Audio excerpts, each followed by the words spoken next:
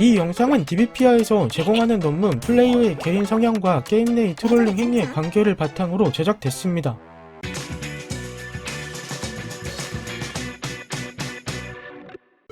즐겨하는 게임이 있으신가요? 세상에는 정말 다양한 게임이 존재하는데 다른 사람들과 팀을 이루어서 상대팀과 전투에 승리해야 하는 게임도 존재합니다.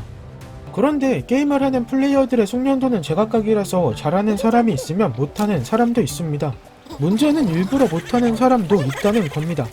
팀원들이 게임을 승리하기 위해 노력하는 상황에서 일부러 패배하기 위한 행위는 정상적이지 않습니다.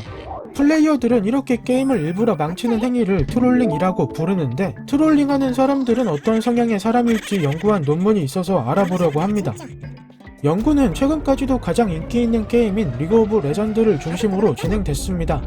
롤은 보통 5대5로 팀을 나누어 상대팀의 기지를 먼저 파괴하거나 항복을 받아내면 승리하는 게임으로, 개인의 숙련도도 승리에 중요하지만 팀원과의 협력과 전략이 매우 중요해서 트롤링은 승리에 매우 부정적인 영향을 끼칩니다. 해당 연구보다 먼저 연구된 국내 자료 중 트롤링이 발생하는 행위 배경을 분석한 논문의 내용을 간략히 정리해보면 다음과 같습니다. 긴 플레이 시간에 따른 압박감과 패배에 따른 좌절감, 시스템적 규제의 허술, 다양한 챔피언을 선택하면서 고정된 자아 형성 어려움, 익명성과 팀원이 계속 바뀌는 만큼 책임감의 부재, 개인의 실수에 대해 과도한 비난을 퍼붓는 환경 등 여러 복합적인 원인이 개인의 심리적 상태와 스트레스를 고조시켜 트롤링 유저를 만든다고 합니다.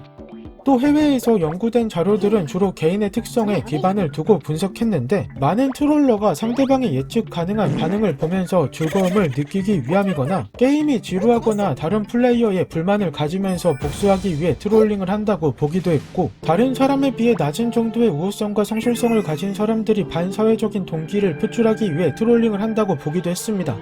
이외에도 신체적, 정신적 고통을 주어 성적 쾌감을 느끼는 사디즘 성향을 가진 사람이 트롤링할 가능성이 높다고 하는 자료도 있었습니다. 다루고자 하는 논문에서는 플레이어의 개인 성향에 중점을 두고 연구했는데, 롤 커뮤니티 이용자를 대상으로 온라인에서 설문조사를 진행했고, 자존감과 자율성, 유능성, 관계성과 같은 개인 심리 욕구, 분노감, 적대감, 신체적 언어적 공격성 등에 대한 설문 응답의 형태로 데이터를 얻었습니다. 응답자 중 남성은 770명, 여성은 144명이었고 평균 연령은 22.19세였으며 게임의 레벨, 티어는 위와 같습니다. 분석 결과에 따르면 통계적으로 유의미한 요인의 나이와 신체적 언어적 공격성이 확인됐습니다.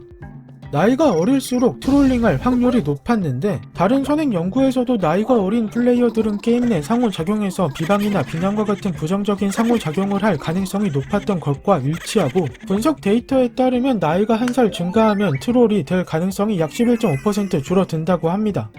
또 신체적 공격성은 점수가 1점 높아질 때 트롤이 될 가능성이 약 4% 높아졌는데, 이는 사회 통념과 다른 선행 연구의 내용과도 일치합니다. 의아한 부분은 언어적 공격성이 1점 높아지면 트롤이 될 가능성이 약 5.5% 감소했다는 겁니다. 논문에서는 이 부분에 대해 두 가지 해석을 내놓았는데, 첫 번째는 많은 플레이어들이 욕설에 대해 신고하는 등 문제 삼는 경우도 많으나 게임 지식이 부족하거나 트롤링 행위를 더 심각하게 인식하는 경향이 있었기에 언어적 공격성은 크게 문제 삼지 않았을 수 있습니다. 두 번째는 응답자가 설문 문항을 어떻게 해석하고 답변했는가입니다. 언어적 공격성 측정 문항에는 사람들이 나를 짜증나게 하면 나도 그에 맞서 그들에게 한마디 해줄 수 있다, 혹은 나는 친구와 의견이 다를 때 솔직하게 이야기한다 등이 있습니다. 문항 내용만으로 보면 응답자들은 언어적 공격성을 측정하는 문항을 말다툼을 즐겨하는 행동으로 해석하기보다는 문제가 생겼을 때 대화로 풀려는 행동으로 이해하고 응답했을 수 있습니다. 개인적인 의견으로는 공격적인 언어를 통해 즉각적인 감정을 표현해 감정을 해소했을 수 있다고 생각합니다. 또 트롤링은 팀에 대한 분노로도 발생하지만 이유 없이 발생하는 경우도 많습니다. 굳이 언어적 공격성을 보이며 트롤링할 이유가 없어 보이고, 오히려 게임에서 승리하고자 하는 욕구가 강할 때 언어적 공격성이 나타나지 않을까 생각합니다. 여기까지 논문에 대해서 알아봤습니다. 이 연구는 트롤링을 일으키는 다양한 상황적 변수를 고려하지 않았기에 특정 성향이 있다고 해서 무조건 트롤링을 한다고 예측할 수는 없습니다.